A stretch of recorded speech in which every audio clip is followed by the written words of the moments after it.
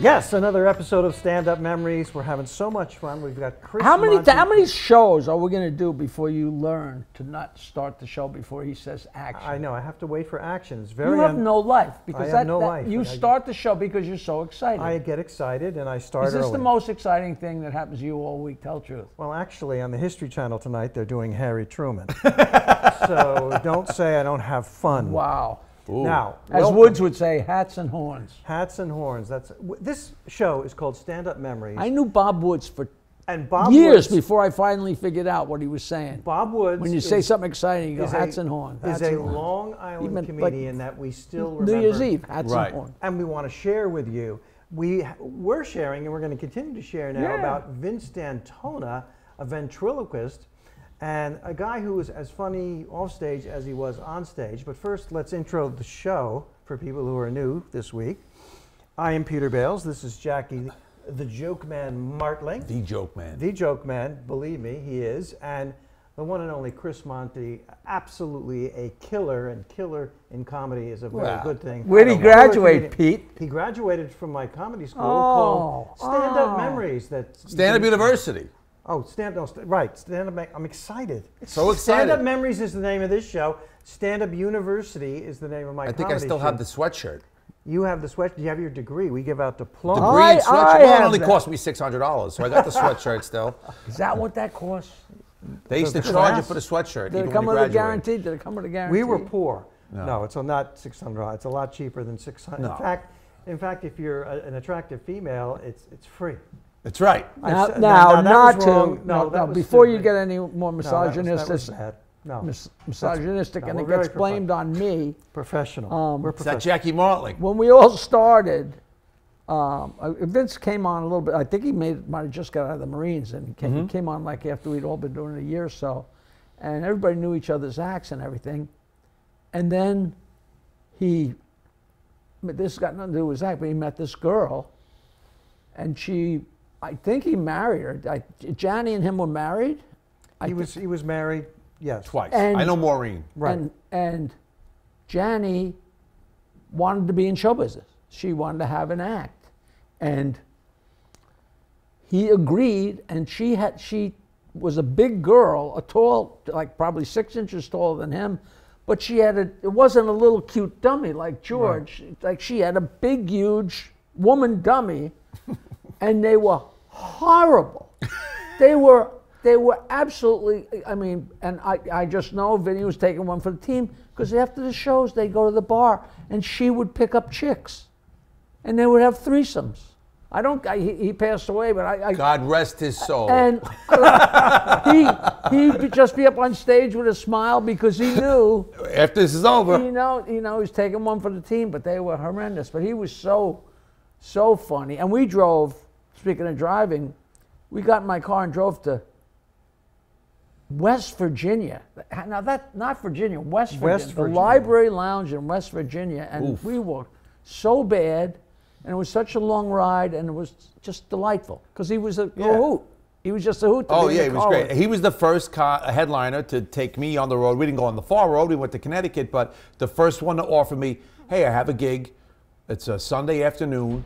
I need you to do 20 minutes, whatever it was, $200. I'll pick you up. We go up to the gig together, and I was like beside myself, thrilled. And we were doing a temple. And so I remember stopping the town outside of the temple. We left early. Vince always left early. He didn't want to traffic. And it was maybe, the gig was at 3 o'clock and it was about 1:30. We get to this town and he goes, we got time. We'll stop in here for a couple of pops because I don't know if they're going to have anything to drink at the temple. You never know. Yeah. And we did. We stopped in for 2 drinks, ordered a little appetizer at the bar, and then we went to the temple and they had wine. And so everybody's like, you guys want wine? We're like, yeah, why not? And so I had to drive home because Vince had to go. We did a roast for Vince D'Antona. I have it on DVD. Oh my God. I got to find it. I don't think, I think I was on the Stern Show at that point. You were on Stern. I think it was like 2005. And one of my jokes or even 2003 it might have been. One of my jokes was, in Vince's neighborhood, the children call him the Puppet Man. and they've never even seen George. That's good. That's good. This is Stand Up Memories, and we're remembering Vince D'Antona, who, a little background, served his country in Vietnam and was wounded and was a tunnel rat because he was small in stature. He's tiny. He talked a little bit about A little that. bit. Not a You lot. couldn't- I never really prodded him on it when we spent a lot of time together. But one thing I will say I miss about Vince is the 2 in the morning phone calls, because I was, you know, in those days, even when I started closing shows and wasn't working with him as much, Yeah. I was up. I'd get home at 1:30, get back to my apartment. I was a bachelor. I'd pour a bourbon. I'd have a slice of pizza, watch whatever's on reruns, and I'd get that phone call at 2:15, and it would be Vince driving home from the Poconos or something. Hey, what are you doing? Just talk. Where'd you work tonight? And just talk. And he wanted to stay awake in the Right, car. right, So right. I talked to him. I said, Vince, whenever you want to call. I don't care what time it is. I'm up. I'm a bachelor. But you know? this is kind of involves that he's just a ball breaker Oh, the and best. a practical joker, and I'll fill in the details that don't matter what they are to make the thing work. But him and Steve Rizzo worked a gig, and they had to come back through the city. And at the time, Rizzo worked far out on Long Island as a teacher, but far enough out that the closest place to get the Daily News, he had to drive back in towards Manhattan, like 45 minutes or something, to get a place Queens where or they, something. where they Yeah. actually dropped off the Daily News. And on the way in, they heard that John Lennon had been killed. And they say, well, we got to go to the vigil. I don't know, maybe it wasn't the same night. Maybe the vigil was the next night, too. Whatever it was. But they went to this vigil on the way back from the gig. And there's, John Lennon vigil at wherever, I don't know, it's Strawberry Fields or at the Dakota or whatever. And there's all kinds of press and people singing, and there's a whole melee, Right. And they come home, and I guess he dropped Vince off and to get his car, and Vince took his car and of course went to the diner to get a cup of coffee. And Rizzo he's driving all the way back to Long Island, way out on Long Island, Right. because that's where he teaches. And Vince sees the paper and he calls Rizzo. He says, Rizzo, we're on the cover of the Daily News. And there's a million photographers there at Right. random, so who knows at what point. Right. And Rizzo's all the way out, and he had to teach school at 7:30 in the morning. But he was such an egomaniac that he drove All the way back. all the way back to get the Daily News. And he gets all the way back to get the Daily News, and it was an aerial shot of the Dakota. That is such a Vince D'Antona. Oh, that is so great. Oh my God. That is great. Just I was there that night. I was living in the city, working at the comic strip a lot. The night Peter was the Lennon- comic at John Lennon's wake. I opened. No, but it was a remarkable evening. People were very upset. I didn't quite get that. I was there to meet chicks, but no, I joke. That's a horrible thing to say. But it I was a kid very because I heavy- love. I kid because I love it. I'll never forget that night, though. I was there, abnormally warm. I think I was. Would you have 2. used the same material for McCartney's? Absolutely. You would use the Oh, same absolutely, joke. Well, you'd yeah. use the same jokes. He's been using the JFK. same jokes for 40 years. I now. used that joke after the Buddy Holly crash. I have been around. Didn't you work at the Coliseum? I did. The one in Rome, ladies and gentlemen. That's how long I've been doing stand-up comedy. We need rim shots on this show. I opened for Gregorian chants. These So, months. how well did you know D'Antona? Pretty well, pretty well. We were pretty close friends. His- I booked him on a lot of stuff when I would get stuff, and But his father. I didn't know that. His father worked at some kind of plant or some kind of printing, or I don't know what you'd call it. He worked at the place that made the big letters that go on the side of airplanes, like KZ34, TWA, these big plastic, indestructible. And his father made me 5,000 of those 922 wine yellow stickers for my dial joke. Oh yeah. Indestructible. I still have never been able to find one. Where could they be? They're indestructible. They got to be someplace. But he was so excited to do that for me. I couldn't believe it. What a What a great guy. Stand-up memories. Now, you've known a lot of comedians. But you told me a story once that stuck with me for some reason. You've told me a lot of stories, but this one stuck with me. I think about it. I'm scared about what's Because coming. you were going to use No, it. What? you know, you somehow spent time after a show with the boxer Joe Frazier. Oh, with Joe Frazier. And he told you, how do we put this in? Because I have the highest respect for Muhammad Ali, but Frazier told you, you know why Muhammad Ali is. Oh well, he said that. He said that on the way out. Listen to this. Well, I'll tell you a story. I'm at the Casbah Comedy Club. Okay. Mark Vito down in Wildwood, New Jersey. It was a summer gig. It went from Memorial Day to like 2 weeks after Labor Day, and it could be brutal. You're there Tuesday, Wednesday, Thursday, Friday. Beach crowds, late, tired, you know. But we get this hot weekend, and it's just packed, and it's great. And I'm backstage sitting in, and I'm the closer. I don't say headliner. You're a headliner. You're a headliner. I'm going last. And so the owner. For years I went last. Yeah. Not because the only reason I went last was because I was dirty and I was by far the loudest. That's how we got rated. That's how you Actually, got rated. Martling's on last. You're the way my loudest. career is going, I was a headliner. Now I'm a guest spot, Now you're a guest. which is something. Well, this is a three-man show. You know, Okay. MC, the house MC was the owner of the club. Right. Anyway, but he comes backstage and he goes, "You're never going to believe this. Joe Frazier's here with his girlfriend and a few people." I go, "Smoking Joe Frazier?" "Yeah." "Oh, my God." I said, "Well, after the show, I might embarrass myself because I want to take a picture with him and meet him." And the owner goes, "Well, you're going to be embarrassed behind me because I'm meeting him first, you know?" And so we go out there after the show. Show was great. I swear to God, he was on the Stern Show a bunch of times. Yeah. And I thought you were going to say he wanted to tell jokes or he wanted to sing. No, You know he's a singer. I think he actually put out an album. Yeah, I think he did sing. We were at the bar. Everybody leaves. He's there with his girlfriend, whatever. And he comes over to me, shakes my hand. He says, "You're one funny man. I really enjoyed the show tonight." And I said, "Champ, can I buy you a drink?" And he goes, No, I'll buy you a drink. Come." So we sat down and we talked until 3 a.m. Me, the other two comedians, some of the staff, you know, the bartender. And that's it. Everybody else left. And then we just closed the bar.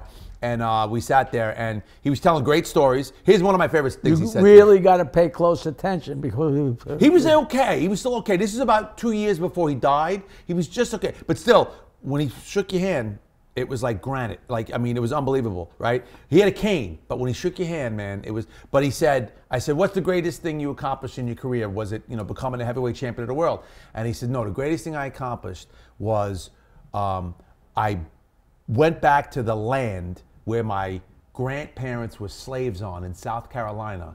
I bought the land, I built a mansion, and I gave it to my parents." He goes, "That was the greatest thing I accomplished." in my Wow. life," Nice. You know, which Nice. isn't that amazing? That's good. And then we went back and forth. He said he had told me he was upset with Ali because Ali never really gave back to the African American community as much as he should have, whereas Frazier was very big in that field, you know.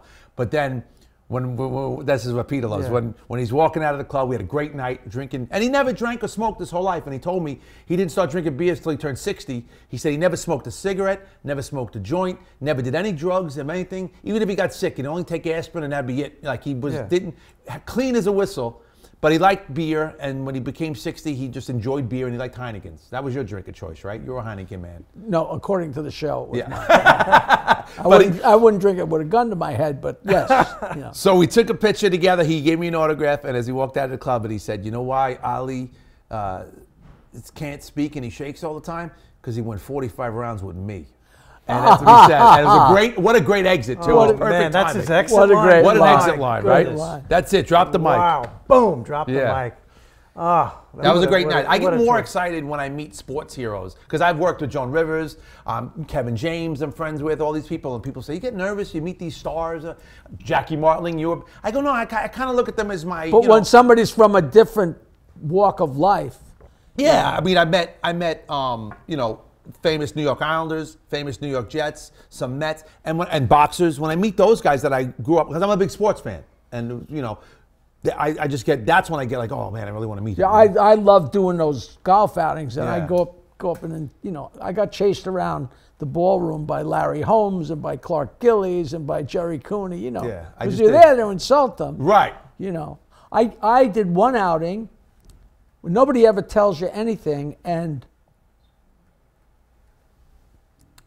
Jake LaMotta Yeah. insisted on going on. So Jake LaMotta went on before me, and he did a couple of minutes. He's about this tall with a hat this big. He was so terrible.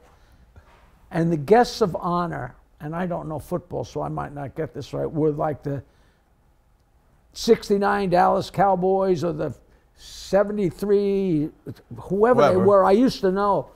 But they had all found Jesus. It was a team that Broadway Joe was on. That's the 69 Jets. Or maybe 68 Jets, But 69 these guys Super had Bowl. all found Jesus, and nobody told me this. So I'm Where up was there he? talking about, Joe Namath is snorting coke off. The reason Joe wasn't out here with us, he's in the bathroom snorting coke off a waitress's ass. These guys all got up and left.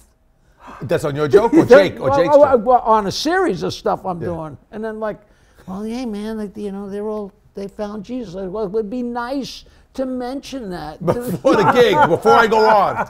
By the way, don't mention the wife, she's dead. Like that. Right. Oh God. This is the #1 Jet fan, and even today, I mean, it's tough. It's even when they're good, it's tough. Even when they're good, they it's got a good. talented team. It's Funniest, stupidest thing. And I wound up taking my nephew to a bunch. I'm not a football fan, but taking him to the Jets games, and it was Fireman Ed. Yeah. So Gary must have been talking about him or something, and Howard said, we're on commercial. He said, who are you talking about? And then we come back from commercial, and Gary explains, there's this guy who's a Jet fan that stands up with no shirt on. He's on his brother-in-law's shoulders with a backwards fireman hat, and he quiets the entire stadium. He goes 1, 2, 3, and everybody goes J-E-T, Jets, Jets, whatever it is. And I actually saw this happen 3-5 times with my nephew at this thing. He's still there. So he tells, is that right? So Gary tells Howard this, and Howard says, that's pretty crazy. See, book him, bring him in.